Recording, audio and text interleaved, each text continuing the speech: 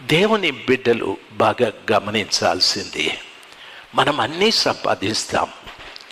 మీ పిల్లలకు అన్నీ సంపాదించండి, మోసం చేయొద్దు, అన్యాయం చేయొద్దు. బైబిల్ చెప్తాది, మోసపోకుడి దేవుడు వెక్కిరింపబడటం. అంటే నీవు మనుషుల కంటికి కనిపించకుండా ఏదో చేస్తావు. అది ఏదైనా కానీ, నీ ప్రవర్తన కానీ, డబ్బు విషయం కానీ, లంచం కానీ, వడ్డీలకు ఇవ్వడం కానీ, లేకపోతే ఏదైనా ఎట్లాదైనా సంపాదించవచ్చు. అయితే దేవుడు చూస్తూ ఉన్నాడనే మాట మర్చిపోవద్దు. ఆ రీతిగా మోసం చేస్తే, నీవు ఒక్కరికి మోసం చేస్తే నీ వెనకల నిన్ను 10 మంది మోసం చేసేవాళ్ళు రెడీగా ఉంటారు. నీవు ఒక్కనికి మోసం చేస్తే నీ వెనక 10 మంది నీకు మోసం చేసేవాళ్ళు రెడీగా ఉంటారు. ఆ రోజు నువ్వు ఎంత గిలగిలా కొట్టుకున్న ప్రయోజనం లేదు. ఆ సత్యం ఎవరు తెలుసుకున్నారంటే జక్కయ్య తెలుసుకున్నాడు. తెలుసుకొని అంటాడు, నేను అక్రమముగా చాలామంది దగ్గర డబ్బు తీసుకున్నాను. నేను ఎవరి దగ్గర అక్రమంగా తీసుకున్నాను వాళ్ళందరికీ 4 అంతలు ఇచ్చేస్తానన్నాడు. మోసం చేయొద్దండి దయచేసి, ఎవరికి మోసం చేయొద్దు. మోసం అంటే దాని అర్థం, మీరు ఎక్కడైనా పనికి కుదిరారు, ఆ పనిలో నమ్మకంగా చేయండి. ఆ పనిని ఎగగొట్టి మొత్తం డబ్బు లాక్కోవడం చాలా మోసం, చాలా మోసం. ఆ డబ్బు నీకు ఉపయోగపడదు. ఆ డబ్బు నిన్ను, శరీరాన్ని పాడు చేయడం ప్రారంభిస్తుంది. మోసంతో వచ్చిన ఆర్జన నీ శరీరాన్ని పాడు చేయడం ప్రారంభిస్తుంది. నీ కుటుంబాన్ని పాడు చేయడం ప్రారంభిస్తుంది. నీ కుటుంబంలో అస్సలు ఒకరికి సంబంధాలు లేకుండా చేసేస్తుంది. ఎందుకంటే దేవుణ్ణి విడిచిపెట్టిన ఆదాము అవ్వలు శాపంలోకి వెళ్ళిపోయారని బైబిల్ సెలవిస్తుంది. శాపగ్రస్తులైనటువంటి వారికి పిల్లలు పుట్టారు. వారికి పుట్టిన పిల్లలు కయీను అంటే సంపాదకుడు అని అర్థం, హేబేలు ఆత్మానుసారి అని అర్థం. వారిద్దరూ ఒక్కరోజున పొలంలో ఒకరితో ఒకరు మాట్లాడుకుంటూ ఒకరి మీద ఒకరు పడి చంపుకున్నారని వాక్యం సెలవిస్తుంది. దేవునితో ఉన్నప్పుడు దేవుని ముఖాముఖిగా చూశారు. సౌఖ్యం ఏదేనులో ఉన్నప్పుడు ఆ ఏదేనును పోగొట్టుకున్నారు. ఇప్పుడు ఒకరినొకరు చంపుకోవడం ప్రారంభమయ్యాది.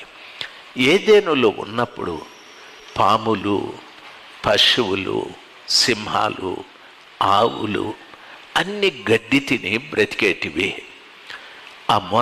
ఆ మనుషుడు శాపంతో బయటకు వచ్చిన కారణాన భూమి శపించబడ్డది. ఎంతో కలిసిమెలిసి జీవిస్తున్న జంతువులు గడ్డి మేయలేదు, ఒకదాన్నొకటి తినడం ప్రారంభించాయి. అంతా ఒక్కసారిగా మారిపోయాది.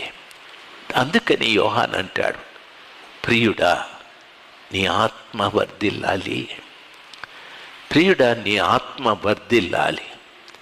దయచేసి గమనించాల్సింది, నేను ఆత్మలో వర్ధిల్లుతున్నాను అనటానికి మొదటి కారణం, నేను ఆయన వలె ఉండాలి. ఆయన ప్రేమ స్వరూపి, నేను కూడా ప్రేమ కలిగి ఉండాలి. ఆ ప్రేమ కలిగిన దేవుడు తను అప్పగించిన ఇస్కరియోతు యోధ కాళ్ళు కడుగుతూ ఉన్నాడు. అంతగా తగ్గించుకోవాలి. దయచేసి ప్రభు పిల్లలు, నా మాట మీరు బాగా వినాలి. ఎంతో కాలం లేదు మనకి. లోకంలో మత్తయి 24లో చదువుకుంటే యేసు ప్రభు తన రాకడ గురించి చెప్పాడు. రాజ్యం మీదికి రాజ్యం వస్తుంది, ప్రజల మీదికి ప్రజలు లేస్తారు. అక్కడక్కడ భూకంపాలు జరుగుతాయి, అక్కడక్కడ తుఫానులు కూడా వస్తాయి. ఎక్కడ చూసినా తన ఇంటి వారే తనకు విరోధంగా లేస్తారు. ఎన్నో చెప్పాడు. అవి నోవహు దినాల వలె ఉంటాయి, లోతు దినాల వలె ఉంటాయి. ఆ దినములు చాలా భయంకరంగా ఉంటాయి. అటువంటి భయంకరమైనటువంటి వాతావరణంలోకి మనం వెళ్ళకుండా ఆ కృపగల దేవుని రాకడలో ఎత్తబడటానికి నేను ఆత్మలో వర్ధిల్లాలి. నేను ఆత్మలో వర్ధిల్లాలి. భక్తుడైతే చెప్తాడు, ప్రియుడా నీవు ఆత్మలో వర్ధిల్లుచున్న ప్రకారముగా అన్ని విషయములలో నీవు వర్ధిల్లుచు సౌఖ్యముగా. అంటే ఆత్మలో ఆ వ్యక్తి శశికుమార్ ఆత్మలో వర్ధిల్లితే సౌఖ్యమైన దేవుడి దగ్గరికి వెళ్ళిపోతాడు. ఆత్మలో వర్ధిల్లితే శశికుమార్ సౌఖ్యమని చెప్పబడిన ఏదెనులోనికి పరలోకంలోకి వెళ్ళిపోతాడు. అక్కడ యేసు ప్రభులు వారు ఉంటారు. చాలామంది భక్తికి సంబంధించిన కార్యక్రమాలు చేస్తూ ఆత్మలో ఎదగడం లేదు. ఎందుకంటే ఈ ఆత్మ ఎదుగుదల చెందకపోవటానికి గల కారణం మొదటిది గర్వం, అహంకారం. నేనంటే ఏమి అనే అహంకారం, నేనంటే ఏమి అనే గర్వం బైబిల్ ఈ రీతిగా సెలవిస్తుంది. చూడండి, 101వ కీర్తన 5వ అధ్యాయ 5వ వచనం. కీర్తనలు 101 5వ వచనం. బైబిల్ ఈ రీతిగా సెలవిస్తుంది, తన పొరుగు వానిని చాటున దూషించిన వానిని నేను సంహరించేదను, అహంకార దృష్టి గల వారిని, గర్వించిన హృదయము గల వారిని నేను సహించను. దయచేసి ఈ మాటలు మీకు అర్థమైనాయి అనుకుంటాను. చాటున తన సహోదరుని ఎవడైతే ద్వేషిస్తాడో వాని సంహరిస్తాను అంటాడు. సంహరించడం అంటే నిర్దాక్షిణ్యంగా చంపేస్తానంటాడు. చాటున తన సహోదరుని దూషించువాడు. చాలామంది ముందు బాగా మాట్లాడతారు, పక్కకెళ్ళి వారి గురించి చెడుగా మాట్లాడుతూ ఉంటారు. చాటున తన సహోదరుని దూషించినటువంటి వారిని నేను సంహరిస్తాను అని చెప్పి వారిలో ఏముంటుందంటే అహంకార దృష్టి అంటాడు. వాళ్ళ దృష్టిలో అహంకారం ఉంటుంది. దృష్టి అంటే పాపం మీరంతా ఫారిన్లో చదువుకున్న వాళ్ళు అనుకుంటాను, అందుకే దృష్టి అంటే తెలియడం లేదు. దృష్టి అంటే ఎంతమందికి చూపు ఉంది? ఎవరైనా గుడ్డోళ్ళు ఉంటే గుడ్డే ఆసుపత్రికి పంపిస్తాను. అందరికీ చూపు ఉంది, ప్రైజ్ ద లార్డ్. అందరికీ చూపు ఉంది, ప్రైజ్ ద లార్డ్. ఈ చూపులకి అహంకారం వస్తుంది. చూపులకి ఏమొస్తుంది? అహంకారం వస్తే ఏం చేస్తారో తెలుసా? మనిషిని ఇట్లా చూస్తారు, కింది నుండి పైకి, పై నుండి కిందికి చూస్తారు, ఏ అంటారు. దయచేసి గమనించాలి. అహంకార దృష్టి. భార్యని అంటాడు, ఏమే పడాలని ఉందే నీకు అంటాడు.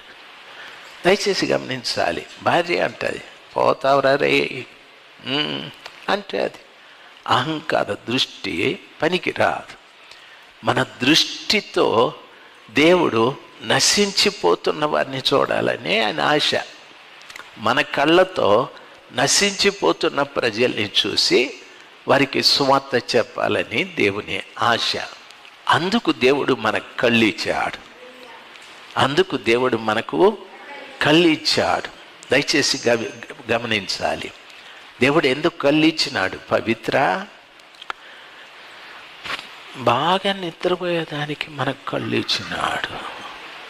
కవిత, దేవుడు మనకెందుకు కళ్ళు ఇచ్చినాడు? అప్పుడప్పుడు నిద్రపోయే కళ్ళు ఇచ్చినాడు. దయచేసి గమనించాలి. నశించిపోతున్నటువంటి వారిని చూడటానికి దేవుడు మన కళ్ళు ఇచ్చినాడు. అహంకార దృష్టి పనికి రాదు. కొంతమంది ఏమంటే దానికి అంటారు, ప్రభు అంటాడు, నిన్ను నేను సంహరించేదను. ప్రభు ఏమంటాడు? నిన్ను నేను సంహరించేదను అంటాడు. ఒక గొర్రెని సంహరించినారు. తల వేరైపోతుంది, శరీరం ఎక్కడ ఉంటుంది. మళ్ళీ ఏం చేస్తారు?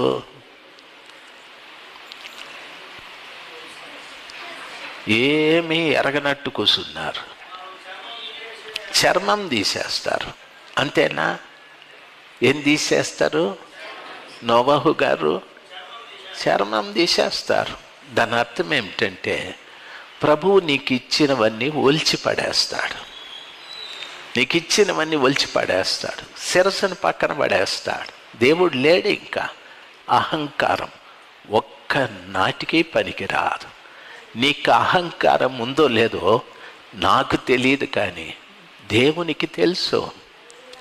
అహంకార దృష్టి పనికిరాదు. చాటున ఇతరులను దూషించకూడదు. ముందు బాగున్నావా అని పక్కకెళ్ళి వారి మూతి ఉండే చూడు ఎట్లుందో. అంటిమంటే ప్రభు అంటాడు, చాటున సహోదరుని దూషించువన్నీ నేను సంహరించదను. కస్సక్. సంహరించదనంటే కస్సక్, తలకాయ ఎగిరిపోతుందని దాని అర్థం. ఎంతమందికి తలకాయలు ఉన్నాయి? మొత్తం పోతాయి. మొండాలు నడుచుకుంటూ ఉంటాయి రోడ్లింటి. మొండాన్ని చూసి చాలామంది భయపడిపోతారు.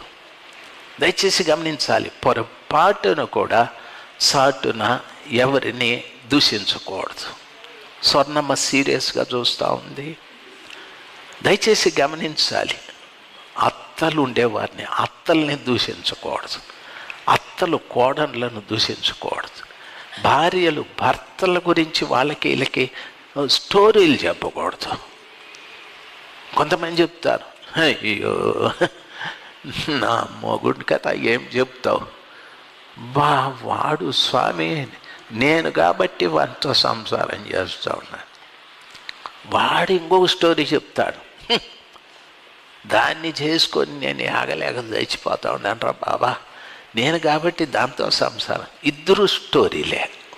దయచేసి గమనించాల్సింది, ఆ స్టోరీలు మానేసి యథార్థంగా ఏదైనా మీ భర్తలో తప్పు ఉంటే కూర్చోబెట్టి, ఏమయ్యా నువ్వు ఇట్లా చేయకూడదయ్యా అని చెప్పండి.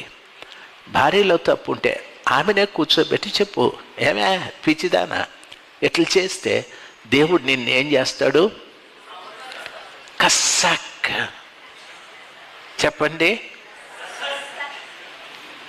మీరు చెప్పడం లే, మనసు కస్సక్.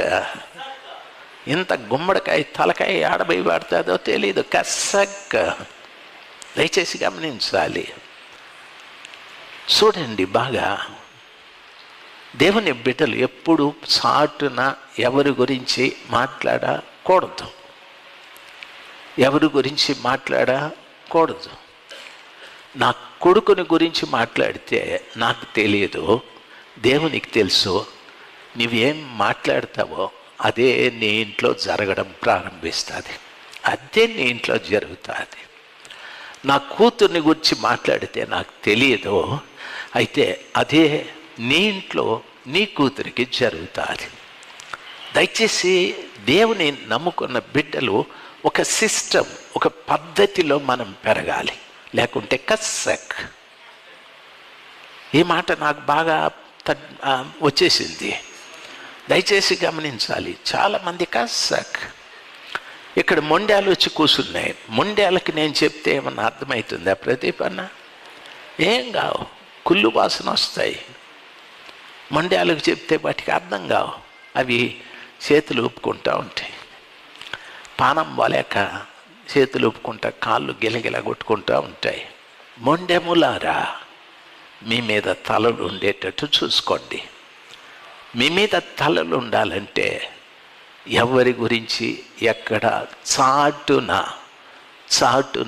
నీ సహోదరుని గురించి మాట్లాడితే దేవుడు నిన్ను ఏం చేస్తాడో తెలుసా?